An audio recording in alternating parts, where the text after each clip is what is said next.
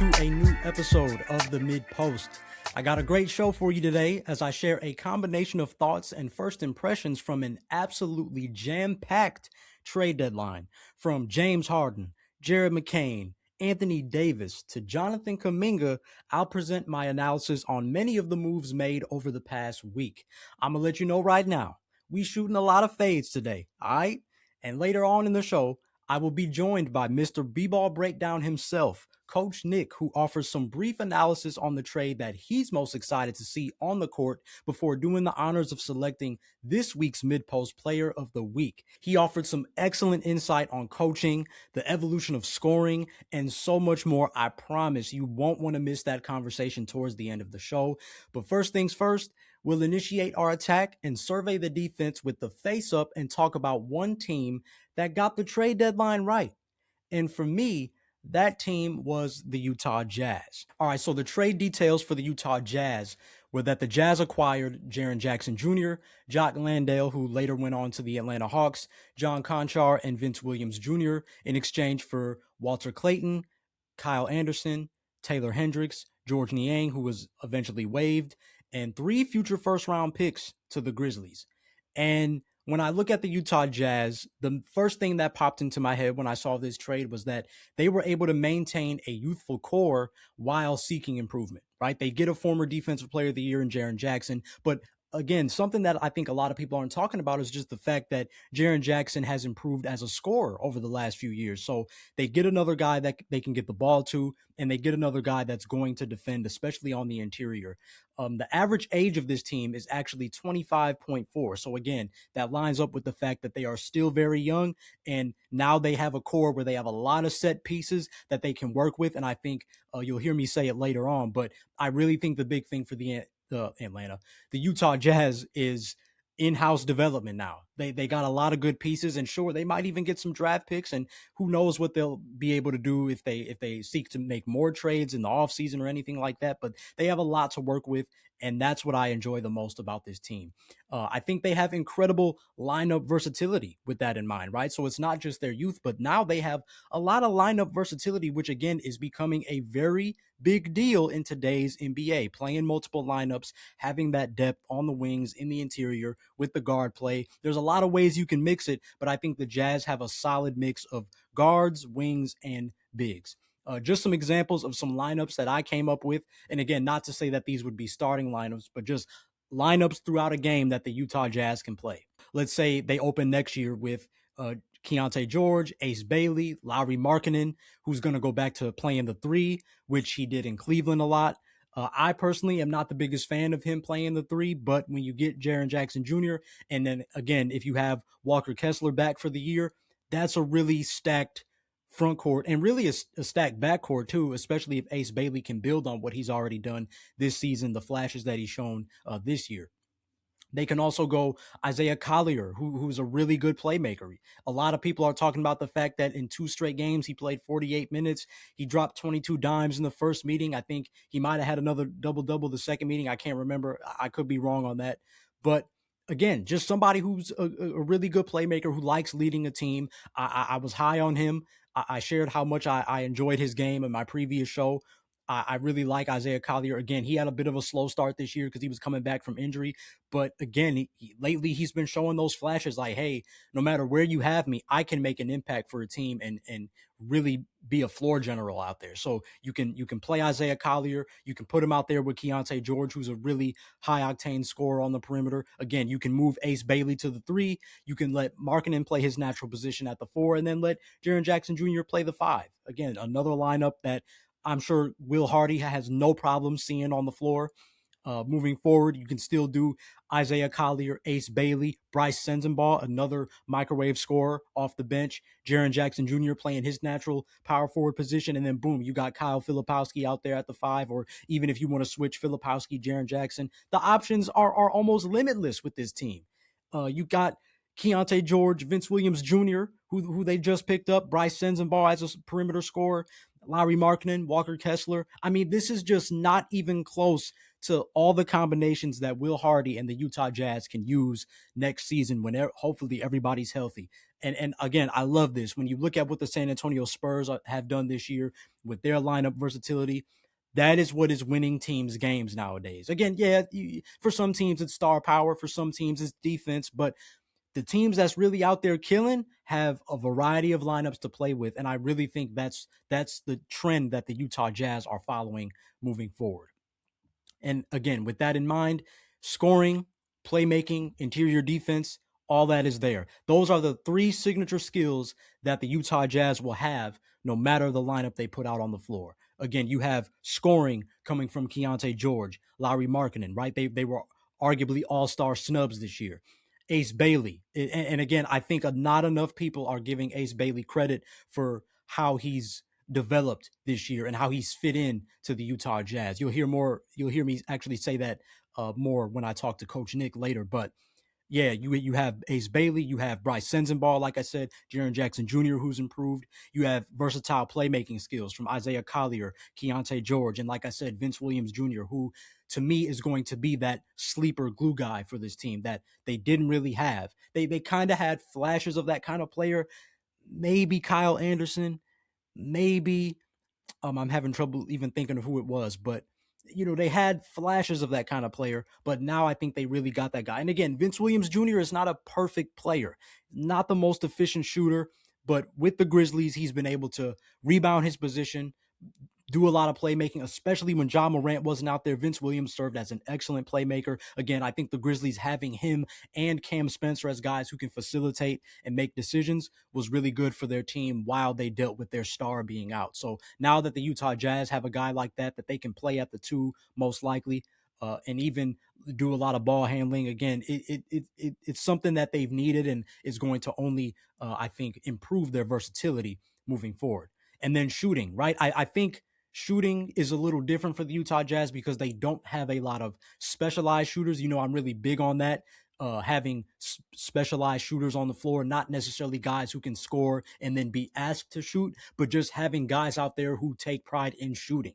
They're going to get shooting from Jaren Jackson Jr., who's a stretch big. They're going to get shooting from Svi Mykhailiuk, right? They're going to get shooting from Lauri Markkanen, Keontae George. Kyle Filipowski can stretch the floor. Ace Bailey can shoot. Bryce Sensabaugh isn't a stranger to the three-point line.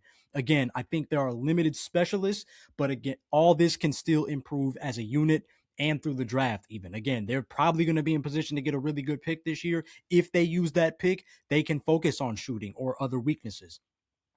Another thing that I like about the Utah Jazz roster moving forward is the interior defense dexterity that they're going to have with Walker Kessler and Jaren Jackson Jr. Again, this mirrors teams like the San Antonio Spurs, the Miami Heat, the Detroit Pistons, Cleveland Cavaliers, Dallas Mavericks. Again, Dallas Mavericks roster is changing right now, and Derek Lively's hasn't been healthy this year, but they made their roster to have multiple rim protectors on the floor, no matter what. And the only thing that worries me about this dynamic between Walker Kessler and Jaren Jackson Jr. is foul trouble. It makes me wonder, is foul trouble going to be prevented because they can rely on each other, or is it going to be emphasized because they are rim protectors? And if you're a guard, you're going to want to attack them, be aggressive, take them out the game. I like Walker Kessler. I'm a big fan of his game, but when I've watched the Utah Jazz over the past couple seasons, teams attack him and they look to get him in foul trouble in the first quarter and make the Jazz use that substitution and put somebody else in the game who's most likely a weaker interior defender. And if teams are going to have that same approach with he and Jaren Jackson, that is something that you have to worry about. Again, I don't think by no means does it tell the whole story with the Utah Jazz, but that is something to consider when we watch this team on defense. I actually wanted to bring up their foul numbers to kind of compare how it stacks against those teams that I listed. So again, Walker Kessler's career averages actually aren't that bad. He's at 2.3 fouls per game in his few seasons in the league so far. But even in just the 5 games he played this year before the injury, he was averaging 4.4 fouls. Again, I know it's just 5 games, first 5 games of the season, but 4.4 fouls per game is a lot. And that's not what you want to have your rim protector out there, but if they can't stay on the floor and play defense without fouling, it's only going to hurt your team. And you look at now that they have Jaren Jackson Jr., he averages 3.7 fouls for his career. So almost 4 fouls a game for his career. And it's been a consistent thing with Jaren Jackson. And if I want to compare it to those other teams that I listed, that mind you, all of the teams that I listed and compared the Utah Jazz to, all of these teams are currently top 10 in blocks, except the Mavericks, who are 22nd. But like I said, they're dealing with injuries, and now they traded Anthony Davis, so that number is going to look that way. But you look at the Spurs, where Wemby is averaging 2.7 fouls per game, and Luke Cornett is averaging 1.9. You look at the Miami Heat, where Bam Adebayo is only averaging 1.6, and Kel Ware is only averaging 1.5. The Pistons have the highest combined average, where Jalen Duren is averaging 2.9 fouls per game, and Isaiah Stewart is averaging 3 fouls per game. Again, they're more physical, so we expect that. Again, if you're going to be an aggressive rim protector, you are going to be more prone to fouls. I get that. Like I said, it doesn't tell the whole story, but to have rim protectors, you have to pay attention to how often they're going to be able to stay on the floor. Cleveland Cavaliers, Evan Mobley, 2.5 fouls a game. Jared Allen, 1.8. Dallas Mavericks, Daniel Gafford, 2.6, Anthony Davis, 2.1, and Derek Lively, when you look at his 3 seasons, he's averaged 2.7. So again, fouls don't tell the whole story, but it is definitely something to consider, because what the Utah Jazz have right now, they have the most fouls out of all these big man interior defense duos. So it's something to definitely consider for Will Hardy. Another thing that I do worry about for the Utah Jazz, even with their acquisitions now, is their perimeter defense and their rebounding. Still not the biggest fan of that. I don't watch them and see somebody, and correct me if I'm wrong, I would love to hear it in the comments, but I just don't watch the Utah Jazz and see somebody that stands out on the perimeter defensively. Who do they trust to guard opposing teams' best scorers? I can't answer that for you. I don't really know who that is. Yes, you have somebody like Ace Bailey who has the length to hopefully become that kind of defender. You have somebody like Bryce Sensabaugh, who is a strong body but is very offensive minded. He probably not going to do what you want him to do defensively. I think a lot of their defense comes from their front court depth. And even then, I just wonder who is going to take that charge and guard a Luka Doncic. Who's going to take that charge and guard a Jason Tatum when he comes back? Who's going to take that charge and hang with a Cade Cunningham or trying to think of West teams, a Shai Gilgeous-Alexander, obviously. Who is going to take these matchups? And I don't know if the Jazz have an answer to that yet. I could be wrong, but that's just how I see it. Then when we look at their rebounding struggles, it's really why I think they should keep Yusuf Nurkic if they're able to this offseason. I know his contract is a little fat, so that's going to be hard to do, but I really think they should keep him for insurance rebounding. The Utah Jazz currently sit 14th in the NBA, so just about middle of the pack when it comes to rebounding, and a lot of that is Nurkic, who's averaging over 10 a game. And even Walker Kessler was averaging 10 a game, but now he hasn't been able to play. And so to think that they're middle of the pack and they only have one player averaging double-digit rebounds that is active, I think if they were to get rid of somebody like that, it would only get worse, because Lauri Markkanen, Kyle Filipowski, and Jaren Jackson Jr. all average under 7 rebounds per game. These guys just don't stand out as rebounders. Jaren Jackson Jr. definitely doesn't stand out as a rebounder. That's been one of his biggest critiques over the last few years. I know I've been a critic of his rebounding efforts. And again, has he gotten double-doubles before? Absolutely. But he just does not rebound his position and own the paint on the boards the way a big man is supposed to do. Kyle Filipowski, Lauri Markkanen are kind of the same way. Not going to attack the glass that heavy. And it reminds me a lot of what I see from the Cavaliers with Evan Mobley and Jared Allen. I fear with the Utah Jazz, it is going to be one of those situations where if you beat them on the glass, you have a chance to win. There are going to be some games where their offensive talent and whatnot is going to be able to win them games. But if you can attack the glass and outmuscle them and outwork them, your chances of winning the game increases. So that's what I worry about the Utah Jazz. Of course, they can also look to strengthen these weaknesses in the draft or even additional trades if they decide to move on from Walker Kessler or Yusuf Nurkic. Again, which if we're thinking about Walker Kessler, there is a rumor that it's not all the way off the table that they could move him. even after this trade deadline. I know that we're all excited for the potential of him and Jaren Jackson anchoring that defense together. And I would love to see that long term. I think that's the best decision to make, in my opinion. But apparently there are some rumors that they still wouldn't be opposed to moving on from Walker Kessler. So that's something to watch out for. I'm really anxious to see what they do in the draft. And if they don't really move in the draft that way, how are they going to move in the offseason? Or I really am anxious to see what decisions they make. Are they going to go for shooting, or are they going to go for rebounding help? Are they going to go for a perimeter defender? I'm really anxious to see what decisions they make. But the bottom line for me when it comes to the Utah Jazz, like I said, I really think this team did a lot of things right. I really think they got the trade deadline right. I'm not mad at all by what they have. I'm actually really excited. Like I said, they have really good depth on the wings and the interior. Like I said, depth is everything. They have scoring at all three levels. They got interior scoring, they got mid-range scoring, they got perimeter scoring. You got an underrated glue guy in Vince Williams Jr. that you needed. And you should look to emphasize or acquire a perimeter defense, a perimeter defender and rebounding help. If additional trades are made, look to find specialized shooting, though to me that's not urgent because you have guys that can shoot. I said it over the summer on my previous show. The Utah Jazz were building something. And I literally said it, that they were going to be probably 14th, 13th in the West, but they have talent.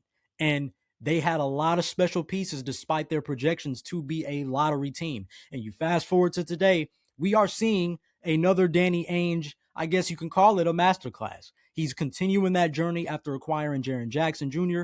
And when you consider how the Mavs have traded Anthony Davis, the Grizzlies losing Jaren Jackson Jr., the Jazz should be able to gradually climb the Western Conference standings and look to establish themselves as a play-in team at the very least next season.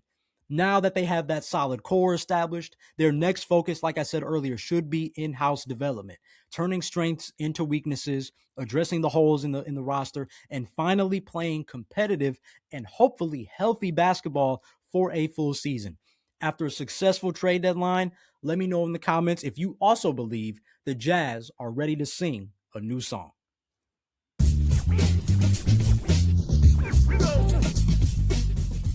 For every team that gets it right, there are some teams that get it wrong, at least in comparison to the rest of the league. And as we look to attack the defense, this week's Jab Step is centered around a team that didn't have the most ideal trade deadline. And while I really considered the Philadelphia 76ers here, I ultimately decided on the Sacramento Kings. And I want to kind of separate this in between the good and the bad. And I want to actually start with what is good for the Sacramento Kings, right? Because I know for a lot of us, we just look at them as the laughing stock in the league. They're back at the bottom in the West again. And it can be easy to make them the butt of the joke for everything, but there are some decent things that that came out of the trade deadline and things that they can look forward to. They traded Dennis Schroeder, Keon Ellis, and Dario Saric for DeAndre Hunter from the Cleveland Cavaliers. And I think trading Schroeder and Keon Ellis frees up space in their crowded backcourt. I mean, the Sacramento Kings had so many guards over there that they just didn't know how to play. Even a guy like Keon Ellis, who you watch him play and it's like this dude could fit on a contender. Like he's one of those guys that because he plays high energy, 3-and-D kind of basketball, he can find a way on any NBA team. Any NBA team. Why is he rotting in Sacramento? Why is he playing 24 minutes one night and then 8 minutes the next? And so there was a lot between Keon Ellis, Malik Monk, Zach LaVine, Neek Clifford, Russ, Devin Carter, even, who just wasn't getting playing time. And that was somebody they liked when they drafted him last year. Like, they just had way too much going on. You bring in Dennis Schroeder, it was just guards everywhere. But now trading those guys and even getting another front court player in DeAndre Hunter frees up space in a crowded backcourt. DeAndre Hunter, speaking of him, this is a solid scoring option and a bigger wing to keep for the future, especially with a rebuild imminent. Okay, I know DeAndre Hunter does not jump off the page. I know that I was really excited for his trade last year at the deadline when he got traded from Atlanta to Cleveland. I thought him being a 19-point per game scorer in Atlanta and being a bigger defender, or I should say a bigger body, was going to help that team on defense. And I was wrong on that. He had his moments. Even now with the Cavaliers, he had his moments, had some solid scoring games, but just he wasn't the player that I thought he was. And I was my assessment of him was off in that regard. But when you look at the Sacramento Kings again, this is still a solid scoring option. He can get you 14, 15 points a game on a hot night. That'll look like 20, a couple threes. And again, the one of the things that the Sacramento Kings have struggled with over the last couple of years is having bigger wings. So him being a stronger body in the front court, somebody that can play the 2, the 3, and maybe even small ball forward, knowing how they've kind of played over the last couple of years. But then again, they do have some front court depth. So it's good that they have another small forward that they can play out there, because the last couple seasons, there's just been so much small ball and, Keegan Murray having to play the 4. And I really think there were times, if I'm not mistaken, he had to play the 5. So yeah, it's just they're strengthening their front court a little bit, and I think DeAndre Hunter gives them somebody, like I said, for a future rebuild, a solid piece. No matter what they have at the guards and the bigs, they have a solid, experienced player who can get a bucket for himself and be a scoring option for this team moving forward. Now, another thing I loved about the Sacramento Kings after this deadline was that they were able to get Dylan Cardwell a standard contract and convert him from his two-way deal. So again, this is a high energy, defensive minded, dirty work big. If you haven't watched Dylan Cardwell, this is the Chicagoland area coming out of me, but when I first saw him play early on in the season, he reminded me of a Taj Gibson kind of player without the 15, 14, 13-foot jump shot.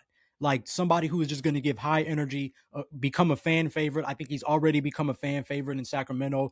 He loves playing to the crowd, making big plays, screaming, yelling, celebrating when he makes a good defensive play. And it was so funny because I watched him and you could tell he was a rookie, right? Like you could tell he was a raw talent, just one of those guys, one of those bigs that they make a good play and then they get in foul trouble, right? They get a block, they send it to the third row, crowd's going crazy. Then right after that, they pick up a foul.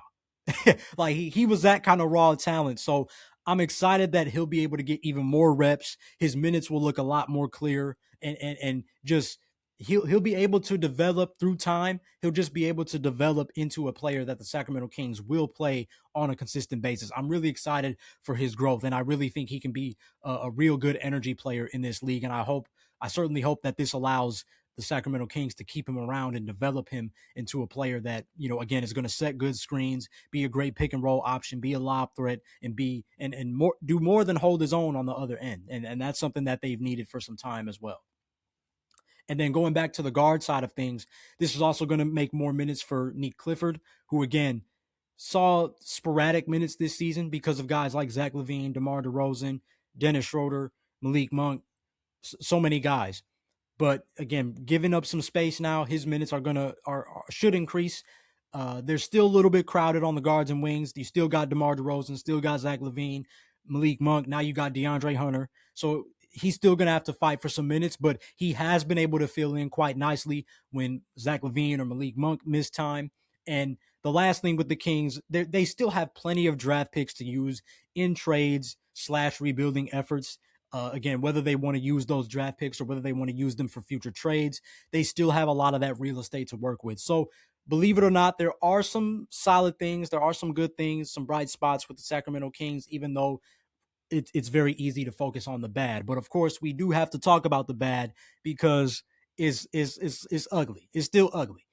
I mean, the main thing with me when I watch the Sacramento Kings is just it hurts to see so many competitive veterans playing disinterested basketball. That team was meant for De'Aaron Fox and Domantas Sabonis as the centerpiece because that's what got them back to the playoffs. And now that De'Aaron Fox left and you didn't look to fill that void, the fit is terrible. Domantas Sabonis looks out of place the minute De'Aaron Fox left. That turned into DeMar DeRozan isolation, Zach LaVine isolations.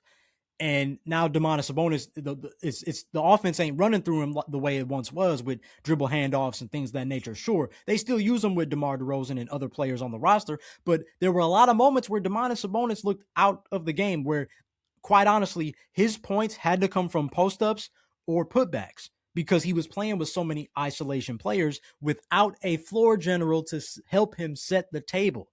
So And even then, it just created this dynamic where they were still a pretty good offensive team. Don't get me wrong, Sacramento Kings are still a high octane offense. They can score with anybody, but the problem is they cannot play defense. A lot of their offensive players are just that. Really good offensive players, not the best defenders. Domantas Sabonis as your last line of defense was never ideal. If I'm not mistaken, they had JaVale McGee when they made the playoffs. Having a center that can control the defense and let Domantas Sabonis play what I believe is his more natural position, the power forward spot, did wonders for them. But now when you force him to be the last line of defense and teams are deliberately attacking him early on in the game to get him in foul trouble so he doesn't attack the glass and they get points in the paint, you have nothing after that. You have nothing after that. And the Sacramento Kings, it was just terrible to watch. And now it's at a point where there really isn't a market for DeMar DeRozan, Zach LaVine, or Domantas Sabonis. And I'm looking like, how is there not a market for those gentlemen? They've all been all-stars in this league. How is there no market? But again, this is what happens when you keep players and you even acquire players too long. They should have never traded for Zach LaVine. Even as I go back to the trade deadline last year, I don't know why the Sacramento Kings, and especially the Chicago Bulls, I don't know why they traded him to the Sacramento Kings. There was no need for Zach LaVine. There was probably a desire. There was a want there, but there definitely wasn't a need there. So now he's wasting a couple years in Sacramento, where when he was getting to the mindset of, I think, playing, contending, winning basketball, like, hey, okay, yeah, I can score, but I can do some other things. I can give a little extra effort on defense. I thought Zach LaVine last season really improved in a lot of those areas, and now it's just right back down because you're playing disinterested basketball for a team that you didn't need to be on, and you got to charge it to the business. It wasn't his fault or anything like that. This is just where he ended up, and it's not the best fit. We say it all the time. The NBA is situational, and it's like that for the veterans just as much as it is for the young guys. And I think. And while they should have never traded for Zach LaVine, they should have focused on trading Domantas Sabonis and DeMar DeRozan the minute they were able to get rid of De'Aaron Fox. Because again, De'Aaron Fox made it clear, if you cannot surround me, if you cannot build on what we've done the past couple seasons, I am going to leave. And he left. And you not only did you let him leave, but you did not work to get an all-star guard in return. Still don't understand why they did that. So at that time, when DeMar DeRozan's still a 20-point per game scorer and a solid playmaker, and when Domantas Sabonis is still playing all-star snub kind of basketball, you have to trade them and you have to ignite your rebuild immediately. But they kind of, again, it's the reason why they like to do so many deals with the Chicago Bulls, because these brothers are like cousins. Oh, yeah, let's kind of be fake competitive and then fake tank at the same time. Like they just share, it seems to be to me that they share so many similar mindsets. So it makes sense that these two teams like to do business with each other, because they're the only two teams in the league that do this dumb stuff like that. But I digress. Now, I actually want to take a minute to actually promote the trade value of these guys. Because again, like I said, I understand it, but I just think you cannot tell me that no team could use a DeMar DeRozan or a Domantas Sabonis or a Zach LaVine or a Malik Monk. Again, I know a lot of it is contractual as well. Teams have to make business decisions. Do I want to pay that much for this kind of player? Or do we even have pieces to where I can even trade this player? Maybe I can trade for this player, but I'm going to have to give up a lot of bench pieces that I like. It's a lot of that too. It's not just on-court stuff. I'm aware of that. But when I start with DeMar DeRozan, I really think the main part of it is that most teams just don't want a perceived one-dimensional player. And I know this is going to sound controversial, but if you really pay attention to DeMar DeRozan's game, and I'm talking to if you really watch, the whole he doesn't/can't shoot threes is a little bit of a half-truth. I won't go as far as saying that it's a myth, but it's definitely a half-truth. You look at this season, he's shooting the most efficient three ball of his career. He's had prior seasons where he, shot the ball respectively, not perfect, but shot the ball respectively, did make efforts to take more threes and showed he can knock them down. I think he's really good from the corner as opposed to above the break. If at the end of the day, if he shoots it, you're going to close out. Is he perfect? I understand he's not, but I will say that he does shoot a little bit more than people like to admit, and I think he is just slightly more accurate than people like to believe.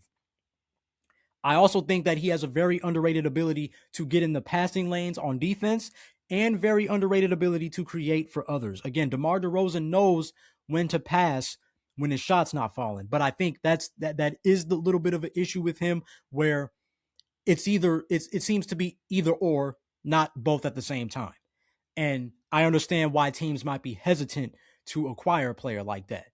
But at the end of the day, this is somebody that can close games. This is somebody that can get a shot for himself.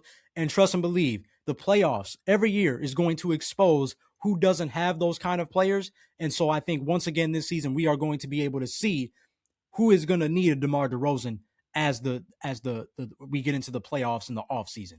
So when I think of potential scenarios for DeMar DeRozan, I always thought the Miami Heat would be solid. I think they can trade him for Jaime Jaquez and Terry Rozier straight up. That immediately comes to mind. You're essentially trading for the same kind of player if you're the Miami Heat. Jaime Jaquez is another inside the arc scorer who likes to play around the paint and the post and things of that nature. But I think DeMar DeRozan has again the veteran experience. He's got that bias to him, that seniority to him, the wisdom to him. He can make plays for others. He fits that ISO first, fast pace Heat offense where they don't run a lot of pick and rolls.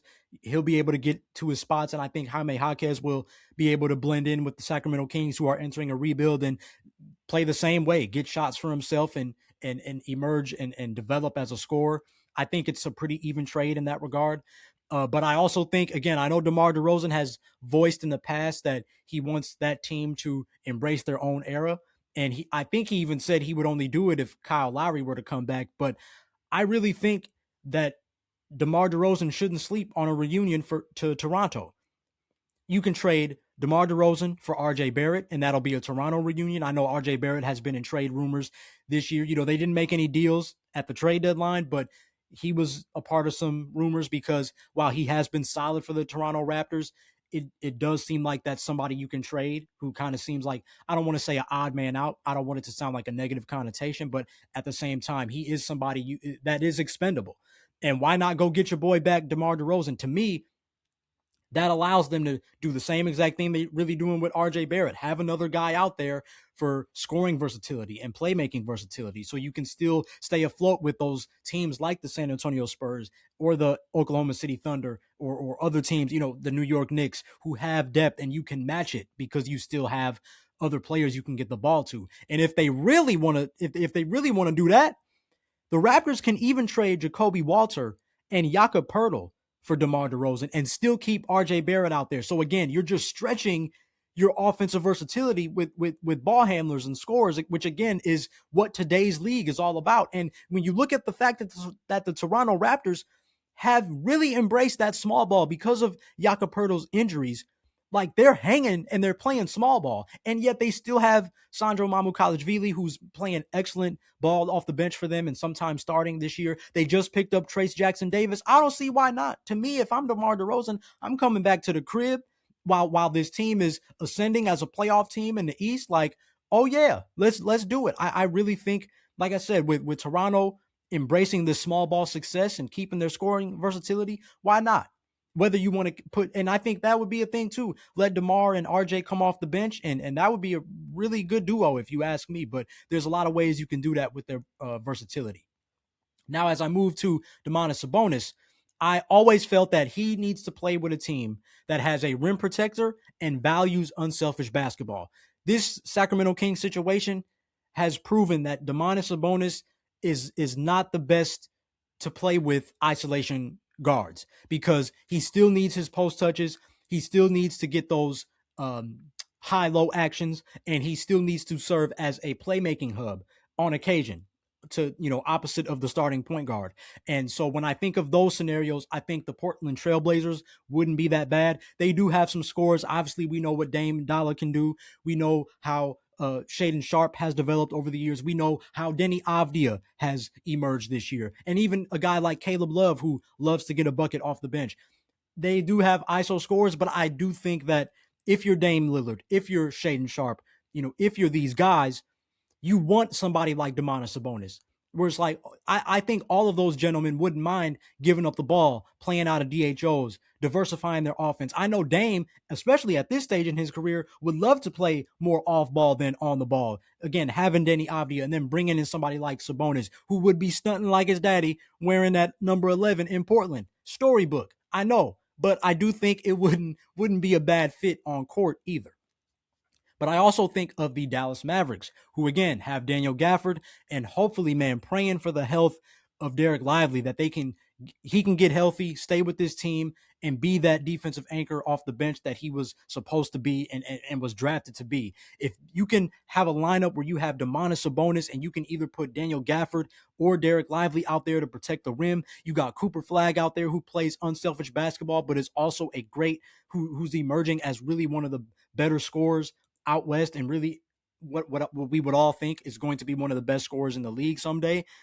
You have that with their guard play, Kyrie Irving, Brandon Williams, Nembhard. They just got Tyus Jones, like shooting, Max Christie, Najee Marshall doing his thing, PJ Washington. Like, again, to me, it screams unselfish basketball. You have lobs, you have DHOs, you have post-ups, you have ISOs. It's just a good mix of talent for that team. And I really think, especially after the deadline now, I wouldn't sleep on the Dallas Mavericks going for Domantas Sabonis or the Portland Trailblazers throwing their name in the hat as well.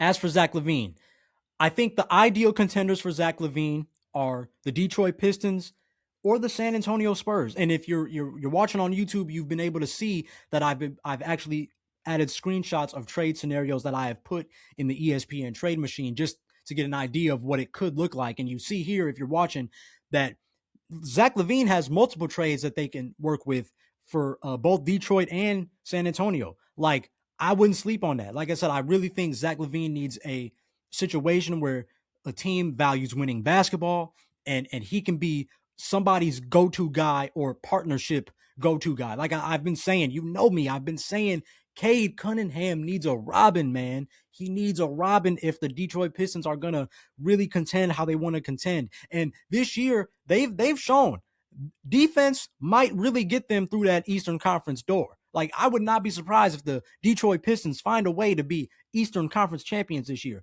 I've still been hesitant to really embrace that and speak that into existence because I still think Cade Cunningham needs a Robin. But then there are times I watch them this year and they're blowing out the Knicks and they're beating all these teams, and it's just gritty basketball, my kind of basketball. So they just might, at least that's going to work for this year. But the future, he has got to have a Robin. And to me, Zach LaVine would be a great option. But even when you look at the San Antonio Spurs, it would suck having to lose Devin Vassell in either trade.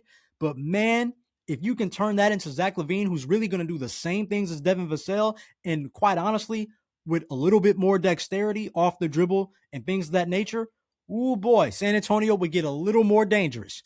They would get a little more dangerous having De'Aaron Fox, Zach LaVine on the perimeter. You got Stephon Castle randomly deciding to get 40-point triple-doubles whenever he feel like it. And then you got Victor Wembanyama playing out-of-this-world basketball. Like, to me, scary. If I'm Zach LaVine, those are the absolute two contenders that I would want to play for right now. But should that not happen, there are still other ways that Zach LaVine can fit on a team. I do think they're obviously uglier situations than those contending teams. But again, he can also go to the Portland Trailblazers. There's a situation where he can go to the New Orleans Pelicans and replace Jordan Poole and some of the other guys on there.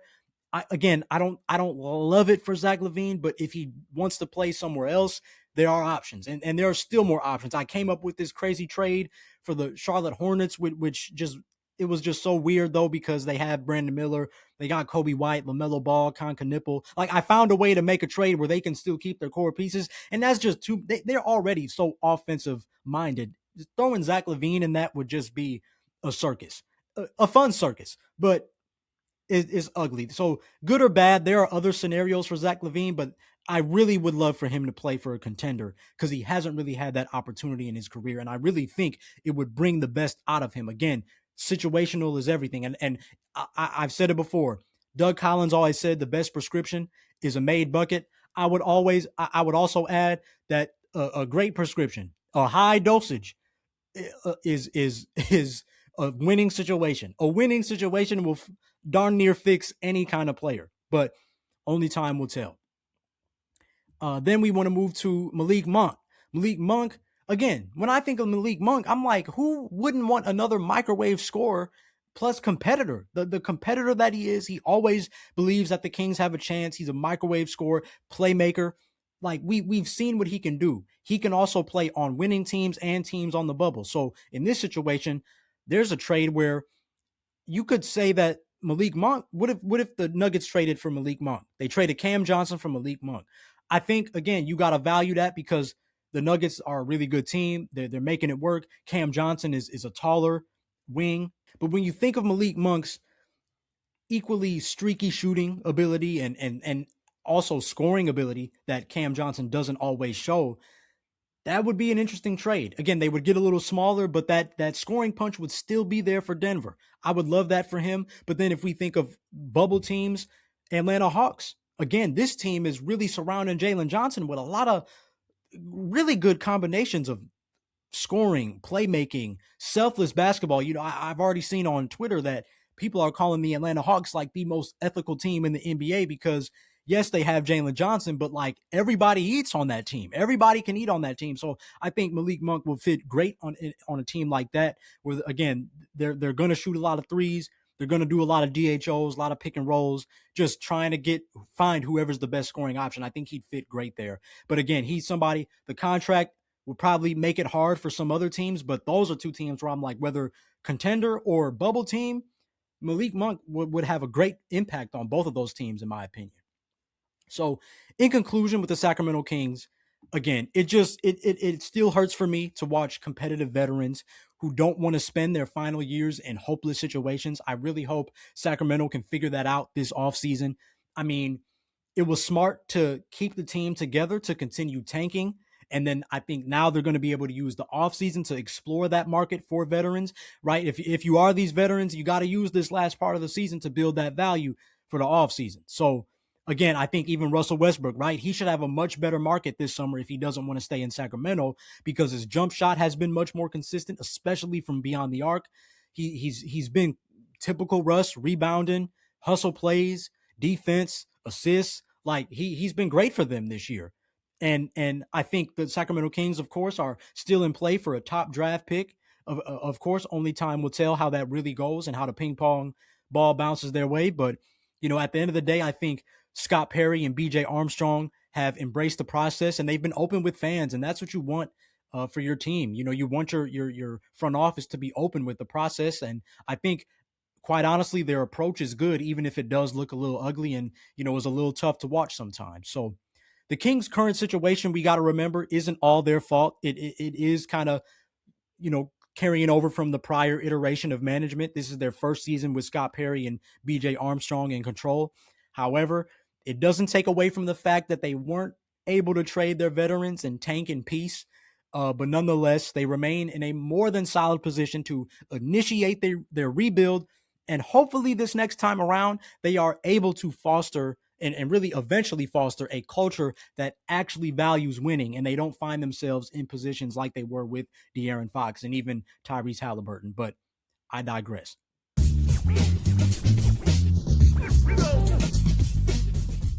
We got to our spot, made our move, and now it's time to get buckets. Make or miss. Let's briefly look at some other trades around the association and judge how effective they could be. First up, make or miss. James Harden to the Cleveland Cavaliers. I think this is a make, obviously. I think a lot more for the short term than the long term, but with that in mind, it is a make for me. They get Donovan Mitchell, another alpha dog, which is something that they've definitely needed, especially Donovan Mitchell. This is a guy that throughout Utah and in Cleveland, this dude has had some crazy playoff games. He always brings his A game, his best effort, and it's awesome to see, but he's never ever had again, he's also another guy who's never had a Robin to go with his Batman. And they finally, Donovan Mitchell's in his, ninth year in the league. And he finally has that guy in James Harden, somebody who's been an alpha dog himself, somebody who's, we're talking about an MVP, one of the greatest scorers in NBA history, future Hall of Famer, also, but at the same time has found a way to become this like pseudo point guard, right? Like where you're going to look at James Harden and be like, man, he was one of the best shooting guards, but at the same time, he had such floor general abilities that he's low key been a point guard a lot of the time. So just having a guy like that who, again, we've seen the last few seasons, no matter how many times he's bounced around the league, he has turned team seasons around in the regular season. But of course, the big asterisk with James Harden and even Cleveland Cavaliers as a whole is the playoffs, right? And I think when we think about the playoffs, this trade for James Harden and even the trades for Dennis Schroeder and you know, they still keep Sam Merrill and Craig Porter Jr. and all these guys, it strengthens their guard rotations. And that was the biggest flaw that they had last postseason. When you watch them play, especially that Pacers series, it was just like the Cleveland Cavaliers don't have a lot to work with outside of Donovan Mitchell. And if Darius Garland's going to be hurt, nobody's really going to take control. Nobody's really going to take control. So again, having Dennis Schroeder and now James Harden, they answered that flaw that they had last year. They got guys that are going to be able to play make and make decisions outside of Donovan Mitchell. So already they've improved in that regard. And I think with especially getting James Harden, this allows Donovan Mitchell to play more off ball and do less facilitation. Again, if you watched the 19 Media Group NBA Baseline podcast, we had the live trade deadline recap. Shout out to everybody in 19 and everybody who participated that night. Cal Lee, Warren Shaw, OG, Gerald Brown, and of course we had former NBA player Anthony Morrow join us, and he mentioned that, you know, it's the fact that Donovan Mitchell isn't a facilitator. He's able to do it, but we love it when he's able to score. That's his main responsibility. And I love that he brought that up because that was one of the first things I thought of when they got James Harden. Like, yes, Donovan Mitchell doesn't have to do all the facilitating we've seen him do this year. And again, I've been really impressed with Donovan Mitchell's role in that, but now he can breathe a little bit because you know me, I always say scorers need floor generals. Scorers do not want to be the one. I know we see it a lot today, but again, like I said, I say this all the time. It's OKC, one of OKC's biggest flaws, as good as they are. Their best scorer is their best facilitator. And at the end of the day, those kind of players are always going to need somebody else to help them get to their spots and make their lives easier as a scorer. Now Donovan Mitchell has that, and that's going to be great for the Cleveland Cavaliers. Now, the fear that I had, though, with James Harden is that how much different is this going to be from Darius Garland? Because, you know, Darius Garland did a lot of the same things. He get a lot of his assists. He knows how to set the table and get dump offs and easy buckets to Jarrett Allen and Evan Mobley. Harden is going to do the same thing. You know, when he gets to his floater, he can shoot the floater. He can fake the floater and throw a lob. He can make various passing options once he gets to the middle of the floor because he draws so much attention. Is it going to be that much different than what we saw from Darius Garland? Now, given that the debut has happened for James Harden already, I really do think that the difference with James Harden is that he's James Harden. he's a better scorer.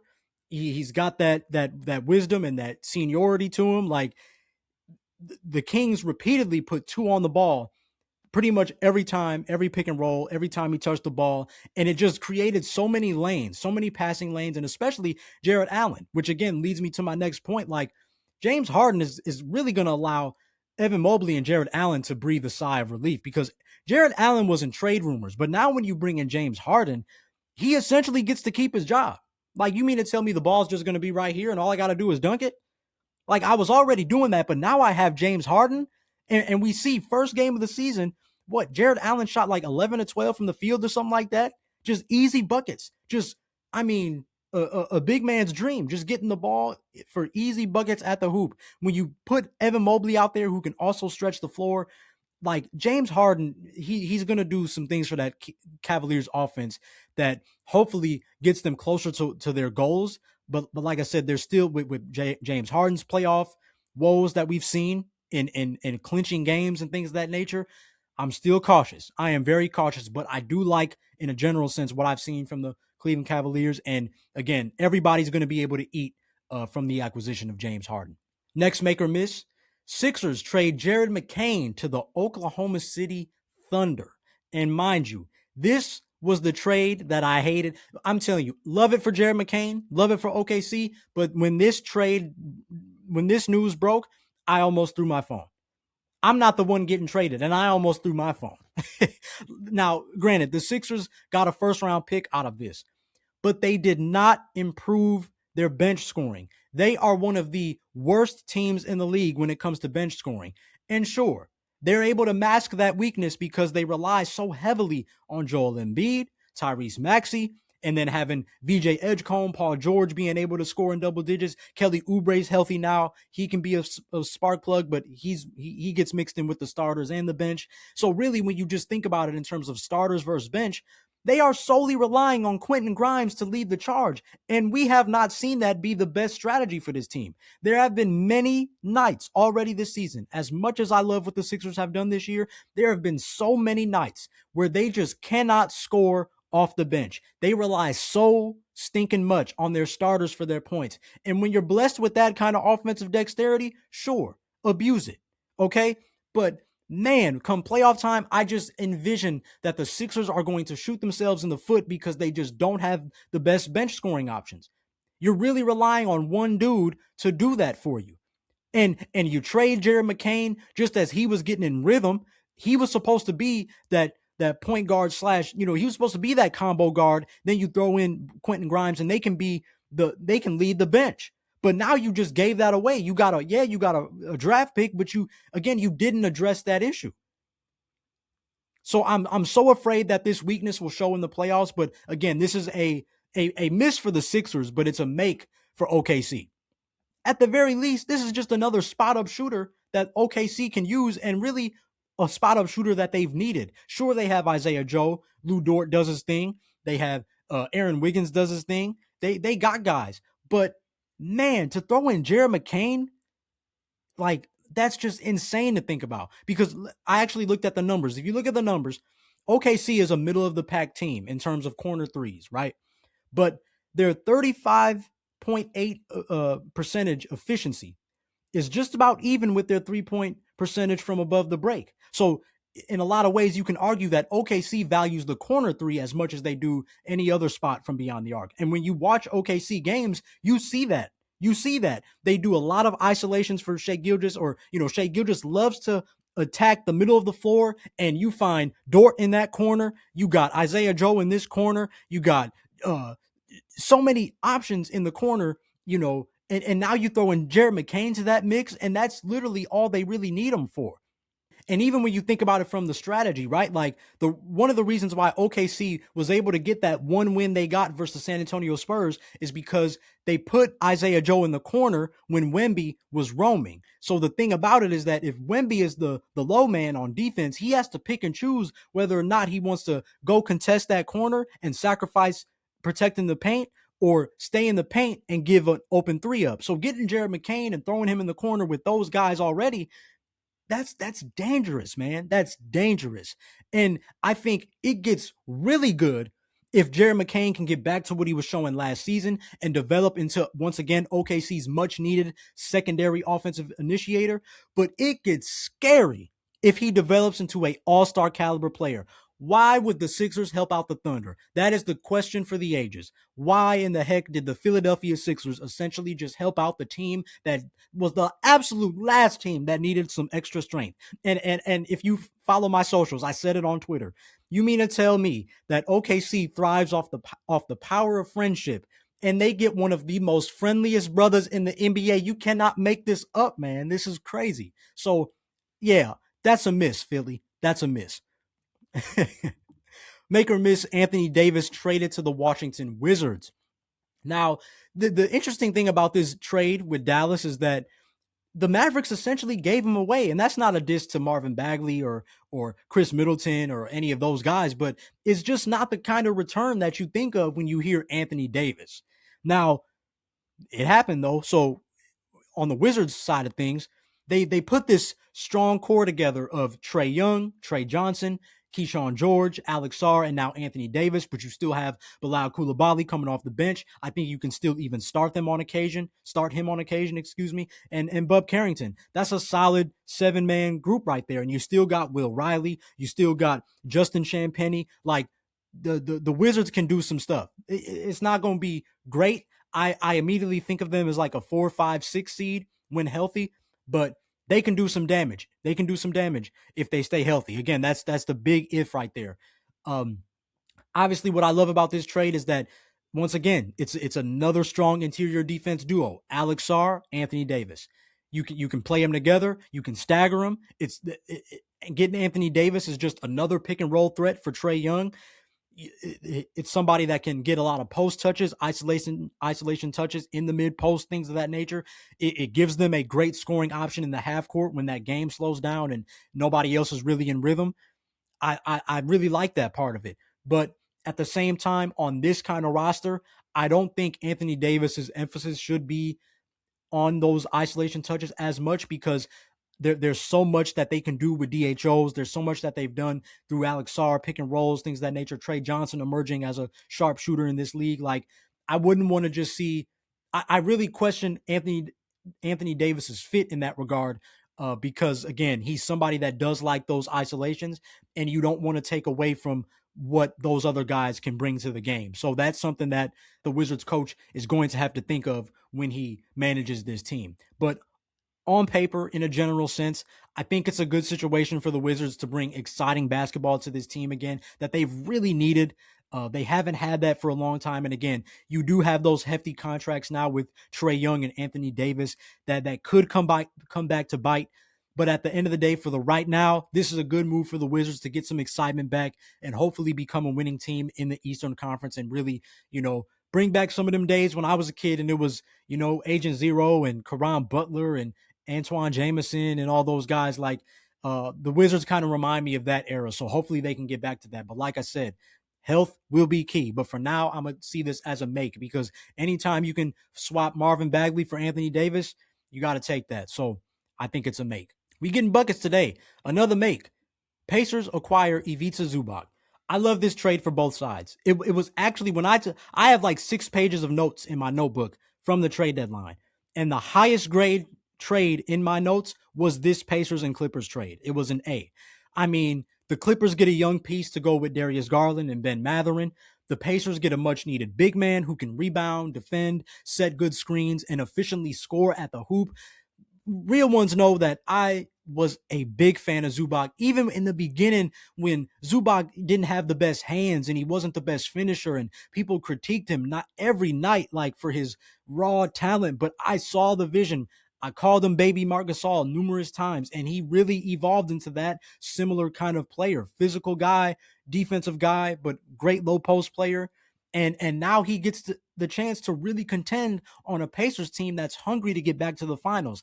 Love this deal for both sides. And even there's a lane for the Clippers to get a top 5 pick in the draft this year based on the way that that protected / I forget if it's unprotected or protected, but that pick, either there's a small window for the Clippers to get a top 5 draft pick. I think they'd really be praying to God that happens. I really think the Pacers are going to still be able to keep that pick, which again is going to be dangerous if they're able to bring in a guy like Darren Peterson to all this. But man, I love this for the Pacers because they needed a big man like this. It's no diss to Jay Huff. I love what Jay Huff's done this year and those other guys, Obi Toppin as a small ball 5, but there's a lot that they can work with. But now you have Zoo, and and I don't think they have to use him as a post player that heavy. They're going to be able to get him quick catch and finish opportunities at the rim. Love this trade for Indy. Love this trade for Zoo. It's an absolute bucket. Another big man trade, make or miss, Nikola Vucevic to the Boston Celtics. I also saw this as a make. Again, a lot of buckets today. I felt like they should have went for him in the offseason. You knew they were going to lose Al Horford. They lost Kristaps Porzingis. Like, I was really pushing for the Celtics to acquire him, but of course now the opportunity presented itself. Sometimes you got to wait for the right timing, and they did that.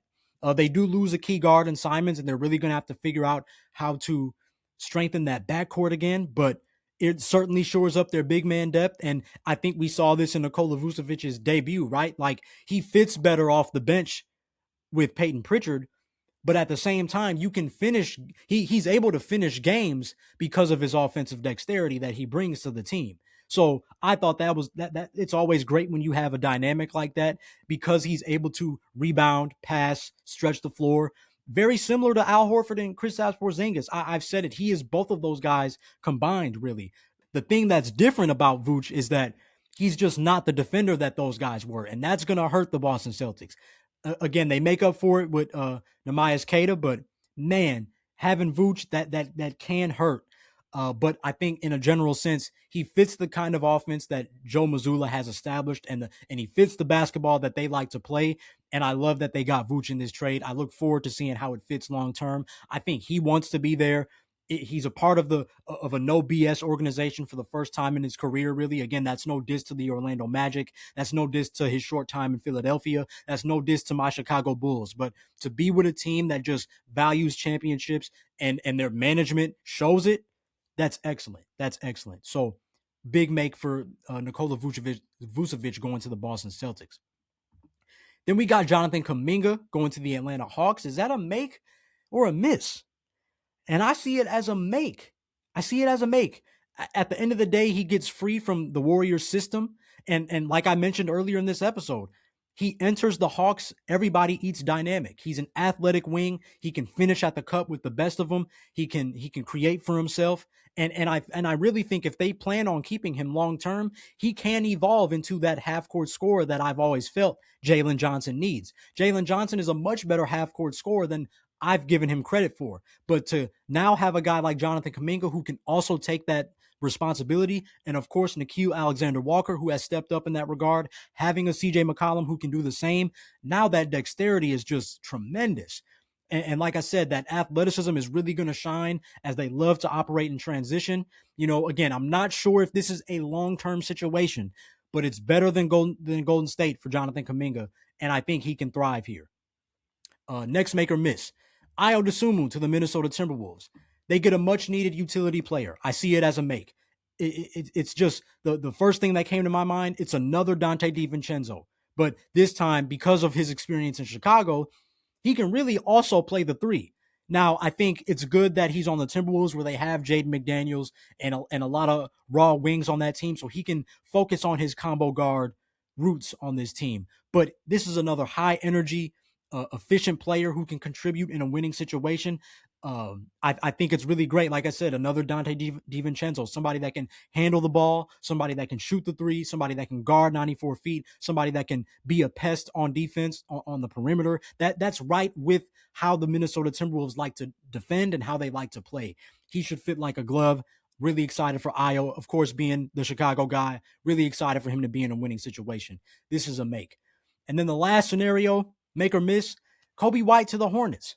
Again, another former Bull, and the Bulls got a lot of guards. We won't talk about that today, but I think this is a make. He replaces Colin Sexton as an even better spark plug. He's a bigger guard, so he can still start if they like to let LaMelo come off the bench. He hasn't the last few games as he's gotten in a rhythm, but this is something you can always keep in your back pocket and have a guy who's been a leader of a team before the last few years with the Chicago Bulls. He's hit big shots. He can make plays for others. He's unselfish, but he knows how to take and make big shots. And again, it's not always going to look perfect. I think Colin Sexton was able to be a more efficient because he really takes pride in getting to the rim and getting in the mid-range area. But Kobe White is a spark plug, 18 points per game kind of score, flashes of hot nights for him. He's playing back home in Charlotte, man, like in North Carolina. So there's nothing like home cooking. Anytime an athlete can play in their hometown, man, like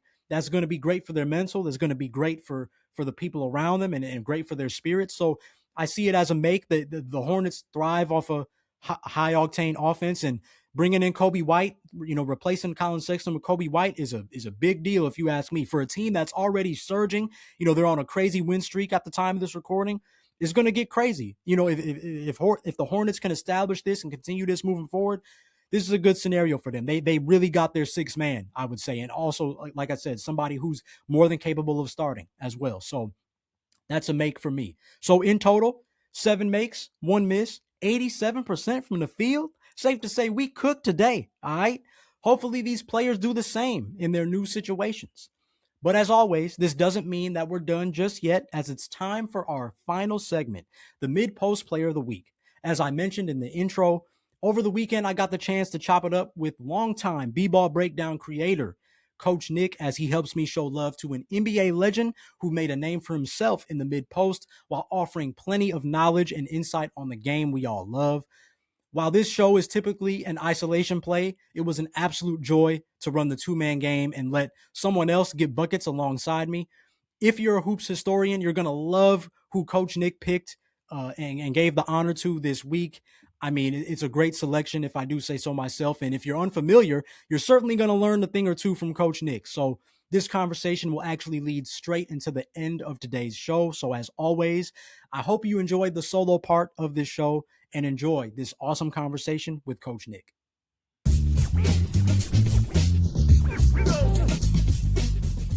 Welcome back to the Mid Post Podcast. And as promised, it is time to reveal this week's Mid Post Player of the Week, where we show love to a player past or present who found success from this area of the floor.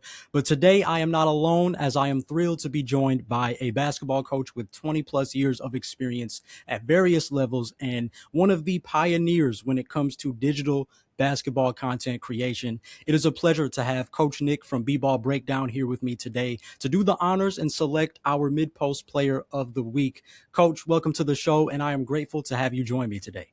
My pleasure. Thank you so much for having me. I appreciate it. Absolutely. Absolutely. And I mean, Coach, I got to say, I'd be remiss if I first didn't give you your flowers. I mean, on behalf of many who grew up watching your content, I have vivid memories of watching your videos as a kid. And I specifically appreciated how you were able to connect with NBA players and discuss the intricate details of like how maybe they improved their shot mechanics over a summer or the live breakdowns, like how to ice a pick and roll. I still remember watching that. My hoop dreams didn't pan out as I hoped, but I always gravitated towards and really benefited from the knowledge that you shared and still share to this day. So I wanted to get that off my chest, man. Well, that is great to hear. And sometimes those stories trickle out and it makes me feel, it makes it all worth it having worked as hard as it was to get there. So thank you for being part of the conversation for so long. Of course, I'm sure. But before we actually get into the mid-post player of the week, I mean, I think Coach Nick, we had a wild trade deadline this past week. And I think in the theme of the episode and everything, what was that one move that you looked at and said, I can't wait to see how that looks on the court. I can't wait to see what that looks like schematically. Well, I mean, I did the video on Harden going to the Cleveland Cavaliers, and so that certainly piqued my interest. Probably the most high profile, I suppose, move, unless I'm forgetting another one. But the notion of that backcourt now with Harden and Donovan Mitchell is fascinating, and I think they have a lot of options that they can run, and it also just adds to the whole narrative of Harden and his career and how he's sort of sprung things like this on people and gotten out of places in a way that it just seems weird what he's searching for. And I don't know if he's ever going to find it. But it seems like he's just never quite comfortable where he is. And there's always some other thing looking around that the grass is greener. I don't know. So I just kind of hope that he can kind of find that piece, and then that might even lead to better play. Yeah, for sure. I think that's one of the ones that I thought of myself, and I'm curious kind of as a follow up to like, how do you see that as the dynamic between Donovan Mitchell and James Harden as two guys that do take a lot of 3-pointers? I'm sure the numbers have kind of tweaked since, but last I checked, you got a guy like Donovan Mitchell who's nearly shooting 10 of them per game. And then you now bring in James Harden who's shooting about 8 or 9 a game. How do you see the dynamic with that? Well, in the video I broke it down. It's an interesting dynamic because you have a few choices of how you want to attack. And again, this is probably the most dynamic and most difficult to guard backcourt in the East, I would think. Sure. And so what you can do is, you can have them play opposite each other. So there's a lot of space in between them, and that stretches the defense very far. Or you can actually have them work together in, two-man game stuff, which they'll probably do a little bit of. And so I think that I have a feeling that Harden will end up dominating the ball more. I think he'll end up, I think that Mitchell probably will defer a little bit, even though it's more like Mitchell's team. I'm still picturing the end of the quarter, there's 18 seconds left. They're going to give it to Harden. He'll dribble the ball down, and then they're going to run a play through that. So I would anticipate that being how they run it. And then, we'll see how that works, because if it doesn't work out as well, and if Mitchell gets a little bit, upset or whatever, he wants the ball more. They have to be careful of that and figure out how to balance that, better than it would be. But I anticipate, Harden moving a little bit without the ball, which is what we didn't always see a lot of. But he did, do that to some degree alongside Kawhi. And so I think it should go pretty well. I think that you'll see some pick and pops between them, which would be really exciting and really hard to guard. But I would imagine the most of the time you're going to see them, like, Mitchell be spread out on the other side of him, and then play off of that if it gets swung to him, which should be really easy. It should open up some really easy shots for Donovan Mitchell for sure. Man, if I'm a Cavs fan, that sounds like music to my ears, man. That's really good to hear. And again, I think just as basketball fans, we know the kind of players that those guys are, and usually great players, I think, just find a way to play with each other. So I'm excited to see how that goes myself. But without further ado, I know our listener here would love to know what player comes to mind when you think about somebody who found success operating in the mid post, whether star or hidden gem. Who would you like to crown as this week's mid post player of the week? Well, we were going back and forth on emails about who I would pick. And, I'm the kind of guy who doesn't want to just pick like the real obvious choice or whatever. And you open it up, right? We can pick anybody in history, I guess, for the mid post. And then, because at some point, by the way, I thought maybe we were talking about just like, a player that no one's talking about. Because the mid post to me was almost like a colloquialism now, where it's no one's in the mid post, right? But you did say, no, they should be operating to some degree in the mid post. I said, all right. So I went back, and my obviously my first answer would be, and everyone would say like Michael Jordan, right? I'm like, well, I don't want to do that. That's easy, and he's on my wall and everything. But Bernard King was a guy when I was a kid who, back in the day, it was not always easy to watch other teams play if they weren't in your local market, because there was the coverage wasn't there, and there wasn't social media. So there was this mythical Bernard King, who was playing for the Knicks, and you'd hear about it in like. There was some, I think it was the Knicks-Nets playoff series, probably, I want to say, in 1984. And like you heard about it, but you didn't really even see anything, or how he played, but you got the sense of that. And Bernard King was one of those guys you kind of knew how he played even before you ever saw him. And so here is a guy who just represented an era of the NBA that's long gone. And it's kind of too bad. I think that was an era that was one of its heights, where you had a lot of players, a lot like Bernard King. So if you wanted to find like the epitome of a player that played in that mid post game, that was him. Oh yeah, for sure. I love the Bernard King pick.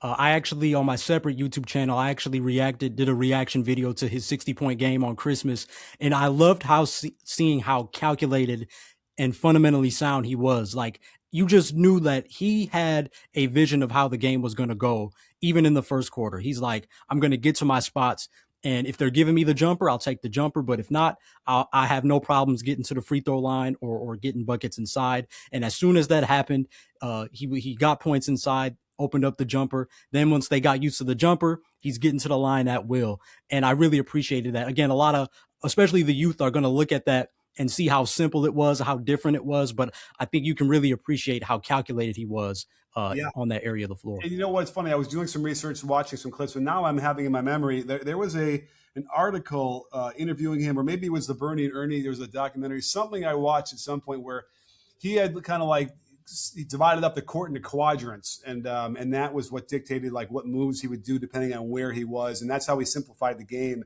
And it sounds like that's what he liked for his life. He liked to compartmentalize everything and have every be like an ordered way and a structured progression for everything. So, yeah, I mean, it was to prepare to play that kind of style of game. Yes, it made sense to me that he wasn't ever going to be a distance shooter. And as a guy who works with shooters today, the way he shot it was over his head. The release was high. And part of the reason why it had to be high was because he would take heavily guarded shots in that mid-range, mid-post area, heavily guarded, like either turnarounds or face-ups where it wouldn't matter if the guy was in his face. He was about 6'7" or whatever, and he had long arms. But the higher the release point, the harder it is to shoot it from farther and farther back. You don't really have any rhythm. And so you had guys like, Adrian Dantley shot that way. Alex English was even the most profound. And, think about Reggie Miller. Reggie Miller was able to figure it out a little bit higher, although you could argue that his set point was a little bit almost low, and then he kind of got it up for a second set point and then released it high. But Bernard King would hang in the air as a two-motion shooter, and like we all learned growing up. So just fascinating throwback where, Larry Bird was probably in that same kind of mold in terms of how he got his shots. That position was the marquee position for a long time. Dr. J, another guy who couldn't really shoot it from too far because he had a high release point without any rhythm. And so just fascinating to watch like the progression of our fundamentals now and our shooting mechanics now versus then. And how someone could continue to find incredible success no matter what the defense did, knowing you knew what he was going to do. It didn't matter. He would still get it off and still make them. Absolutely. Absolutely. Now, is there a specific game or memory that comes to mind? Is it the Christmas game or is there another memory for you? Yeah, I mean, he had back-to-back 50-point games. That was a big one, too. Everyone would whisper and talk about, and especially because he got hurt. So when I was going to the Bulls games growing up in, 84, 85, 86, we didn't get the chance to really see him until he came back from the knee injury in 87, maybe with the Bullets, right? So I missed like that real prime 82, 83, 80, around there before he got hurt. Wait, let me look. Okay.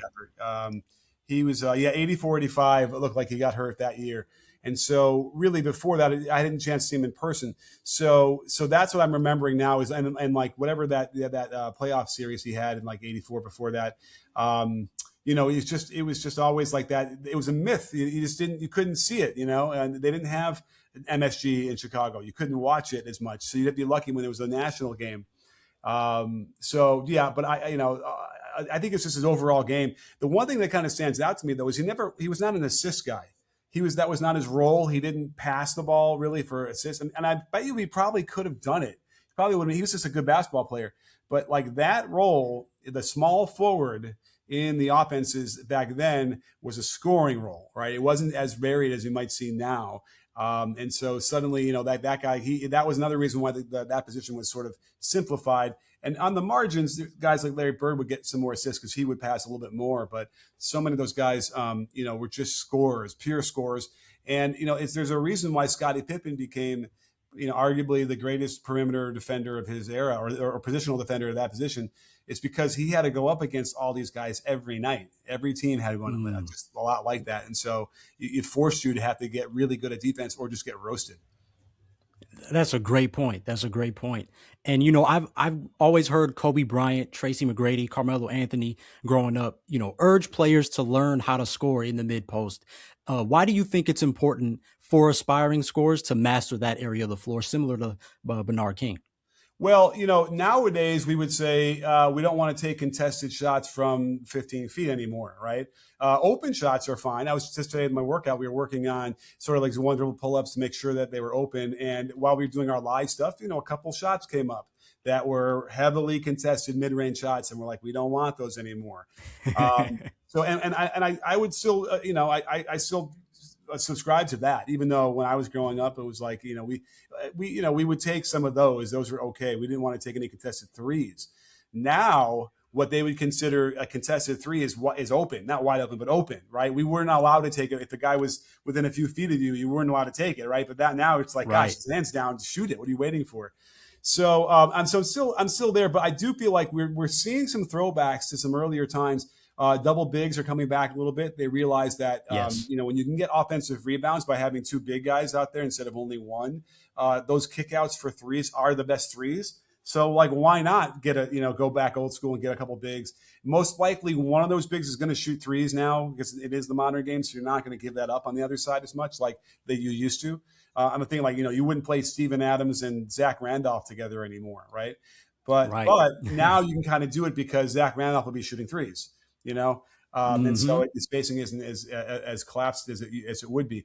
So everything is cyclical. It can easily come back. And, we are seeing, guys like the Kevin Durant's who are still doing that, still being able to thrive there.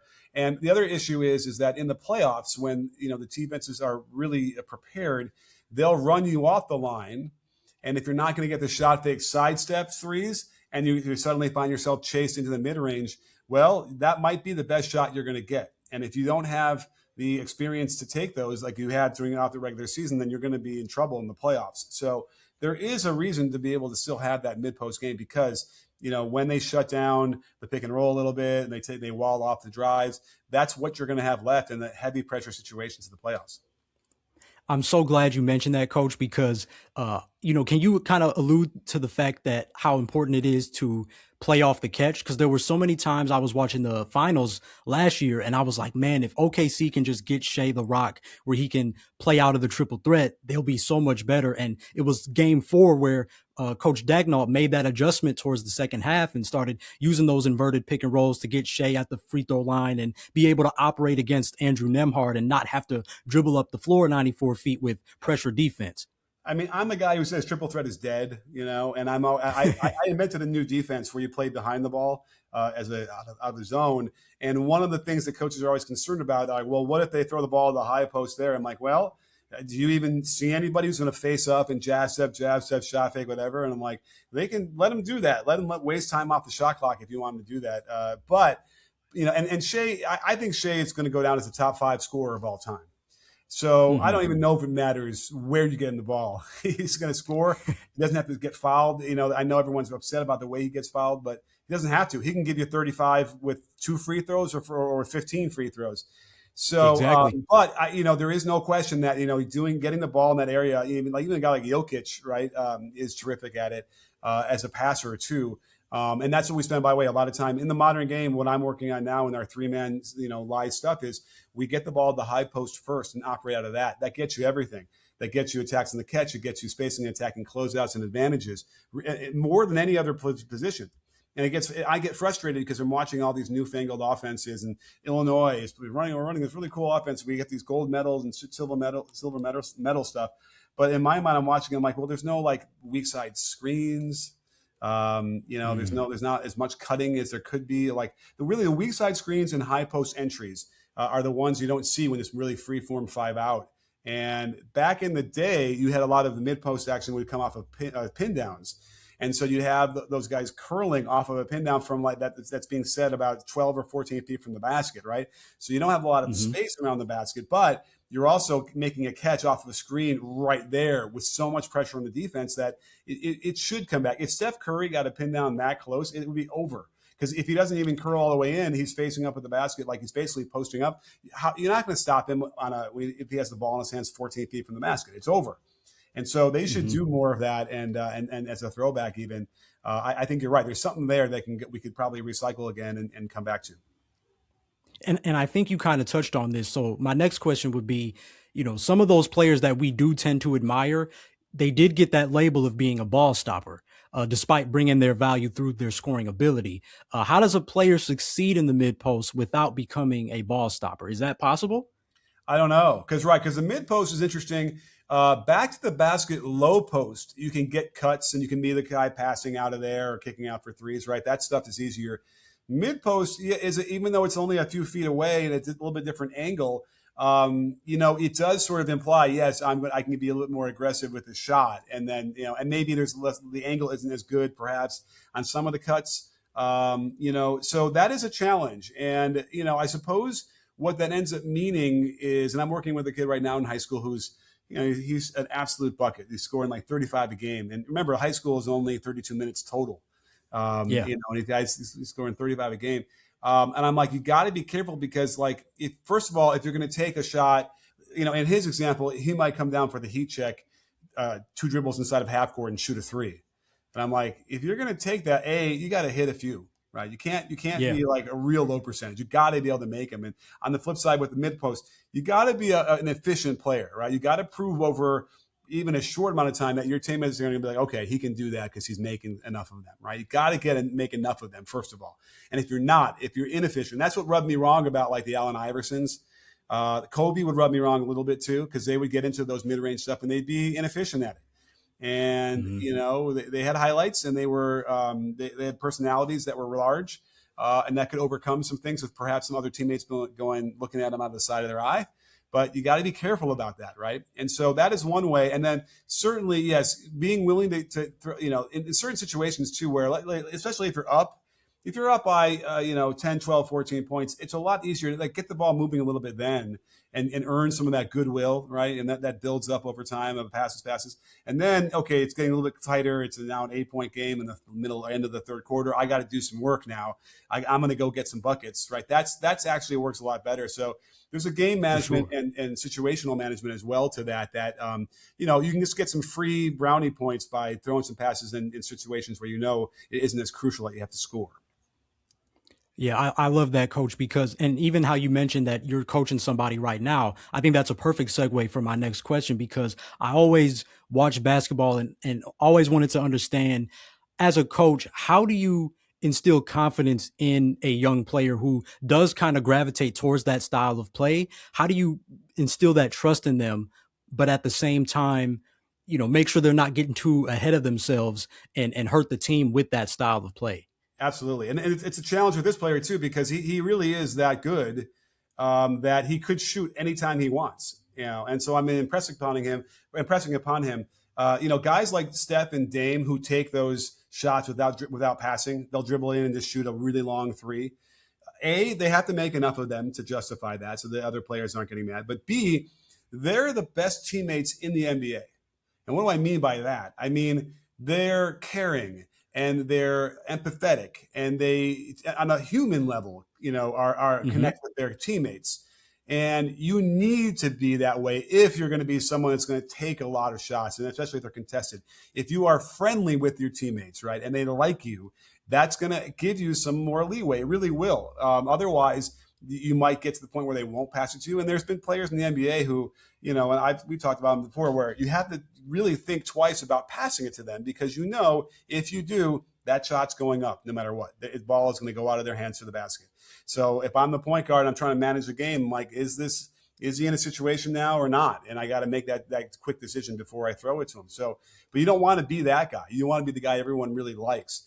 And we even talked about it where I know they've done studies where, like, the teams that touch each other more are the ones that have better vibes. And I mean high fives, a little touch on the shoulder, a little touch on the head. Any kind of moments like that really go a long way to unspoken communication that really, really helps.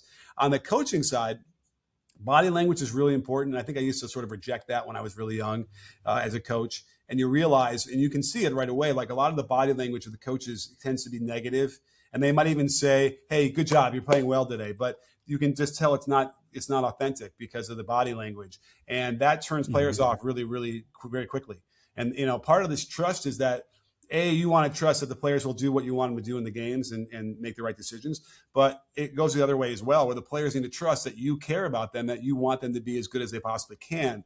And so certainly developing individual skills, rolling up your sleeves, getting out there and working individually one-on-one during times of the season goes a long way. And I think a lot of head coaches sort of avoid that. Either they don't know how to do it or they think that they'd be favoritism. I don't know what it would be, but I'm telling you, that goes a long way to like spend a half an hour with the player. That's my favorite part. One-on-one, just getting in the gym and we're going to work on this one shot. And we're going to find some interesting, details that maybe you didn't notice before that'll help you unlock it.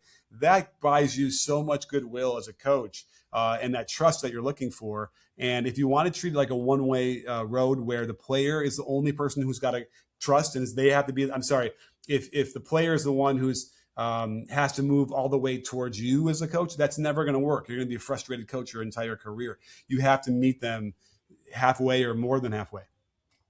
I love that emphasis on player relationships, because it can be very easy to look at that. And especially on the outside looking in, it can be very easy to look at it as just what's going on court. But when you pick up on a lot of those human level things, it can really go a long way. I love that you emphasize that. And somebody that came to mind as you were talking, like, I really loved what Ace Bailey has done this year, even though, he didn't make the Rising Stars or anything like that. But I think pre-draft, there was a lot of the talk of what kind of person he was. And I think you were able to see what kind of player he was in college. And then going to a Utah team, it's like, how is he going to fit? But I think, at least when I've watched the Jazz, I feel like he's done a really good job buying in as a catch and shoot guy. Some of his hottest games have just been off the catch. I think he's been solid in the pick and rolls and just really finding his way. And I think he's really shown people like, hey, like, yeah, there were a lot of stories about me before the draft, but now that I'm here, like, I'm buying in and I really enjoy this situation and want to find a way to make it work and not make it about me, but make it about how I can better the team. For sure, for sure. You know, it's a humbling experience to be able to come into the NBA and realize, oh, everyone here is serious. You know, where it Yeah. might be a bit easier in college. You know, remember like Anthony Edwards. There was talk about him not liking basketball or being into it at Yeah. one random answer to some random question before the draft. And like, I mean, look at that. That's insane. Like to think that would have been a label anybody tried to put on him. And that's what people do. It's kind of crazy. And I tend to gravitate towards like, you know, everybody wants to do well and everybody wants to be as good as they possibly can. And if they get to that level, they've obviously worked as hard as more harder than anybody. So, you know, you got to be, I would love, I try and meet everybody at that plane first to see how we're going before you start making any other decisions about stuff. You know what I mean? It's crazy how that can happen. These narratives start happening right away. And it's too bad. And I, you know, you've seen it even on the best teams and the best, environments and best what's the word I'm looking for, you know, gosh, not environment anyway, gosh, I'm having a COVID moment, not community, anyway, what are the Warriors always boast about? And Culture. even on, Culture, that was what I'm looking for. oh, culture. Yeah. Now, is even on that subject though, is there a younger player in the league today who you kind of envision having success that might be similar to Bernard King? Again, we know the league and the game has changed, but is there anybody that really stands out? Well, here's the thing is, you know, think about Bernard King, you know, and that type of player, they all posted up, right? They were all small forwards, right? But they ended up posting up as much as like centers would, interestingly enough, really. And, you know, and they would get a little high post, they would face up, and they wouldn't, you know, and they get some catches in the wing, and then it slowly made it a little bit more. But I can't picture like Dantley or Bernard King getting, you know, a ton of like, you know, triple threat on the right wing stuff. I'm trying to think. I feel like most of it was mid post, like we said, like with back to the basket stuff when they scored. So, so like that doesn't, you know, you're not going to see too many of the non centers going down there and getting a ball like that, like the mid post stuff, like we used to see. So, you know, and SGA would probably be terrific at it. SGA would be a lot like Bernard King was, if he never, you know, he wasn't shooting a ton of threes in the beginning, you know, but he also did more with the ball. But, you know, and I know I had mentioned in the email like that, you know, someone like AJ Mitchell, I really, really like and does get some mid range. Reed Shepherd's another guy, but those guys are coming off of some pin down stuff more than anything else, Yes. handoffs and pin downs and into like catch and shoot or quick stuff like there. It's not as deliberate and, you know, and slow pace as you would have seen. So I don't know if we're ever really going to get back to that. Cause, you know, remember the focus now on the catch is making a half-second decision. You got to do something with it. Whereas a lot of these guys, they catch it, they face up, they'd read the defense a little bit. Okay, now I'm going to go here, now I'm going to go there. I will say that I did catch Bernard King doing a couple of times where we work now on the perimeter where as the ball is coming to you and you're catching it, you split your feet and you attack right in the catch. So you're reading the defense before you catch the ball. Whereas I had Frank Layden on the show, who was a Utah Jazz coach in the 80s. And he was talking about how, yeah, we would catch the ball, rip through, triple threat, and then read the defense, which is like slow and long. It's slow. It shouldn't take that long. And so now, you know, but the one thing about Bernard King is he would do that, like especially even in the low post, when he'd catch her in the mid post with his back to the basket, he would kind of catch the ball and split his feet on the catch and then go right away. So he actually understood that probably without even knowing that he was doing it. It might have been more of a natural outcropping because I know I went to every basketball camp. I read every book. I studied everything I could. No one ever really worked on that. Everything was catch, look, drop step, jump hook like he would do. But then I think what he refined was as he's catching the ball, his feet were splitting, and then he quickly turned before the defense could even react. That's a huge thing that him and Akeem were doing, and they didn't know they were doing it. So, at any rate, I don't know how I got to that point, but as far as anybody now, you know, doing that, I just don't know if we're ever going to see. You know, you can't ever say never, but like the guy that would probably end up being approximating that would be a guy like SGA. If he would ever kind of go more and more to the post. He just doesn't really do it at all. It's too bad. I know we get some of those catches near the nail, and that kind of counts. But man, Harden, SGA, Anthony Edwards, all those guys. I think Steph should be posting up. He'd be awesome down there. Yeah. And I think I've said the same thing about Shea. I really think that I try to remind people like, man, if this is what he looks like, obviously with the live dribble, like I think he could be just as great when he gets older and that gets taken away a little bit. And to your point, it's a lot of the veterans. It's DeMar DeRozan, it's Kawhi Leonard, it's Kevin Durant, it's Paul George, like all these guys that are on their way out. So it'll be very interesting to see. But your answer is, there's your answer. It's Durant and Kawhi. Those are the two guys who are probably the most like Bernard King, really. And then they just extended their the 3-point shot as well. But you know, I don't know. I mean, Bernard King, like Durant goes hard and then pulls up from 18. I can't really picture Bernard King. Gosh, I mean, I know he must have done some pull-ups, but I'm seeing so many more like jump hooks and turnarounds and back to the basket stuff. But I know he would have done that too, but it was a little bit different. I guess maybe the difference is Bernard King wouldn't catch the ball from 26 feet out and then drive it, two, three dribbles, and then pull up from 15. I just can't see that, you know. Maybe he caught it, pivot, face up from 15, and then dribble and shoot it from 12, you know, that kind of thing. But anyway, you know, Kawhi was certainly in that same realm. And Kawhi has another high release point, just like Bernard King. And so, and he's able to figure out. He's one of the rare guys who could get that shot off from distance from three with a 2-motion shot. It's not easy. For sure.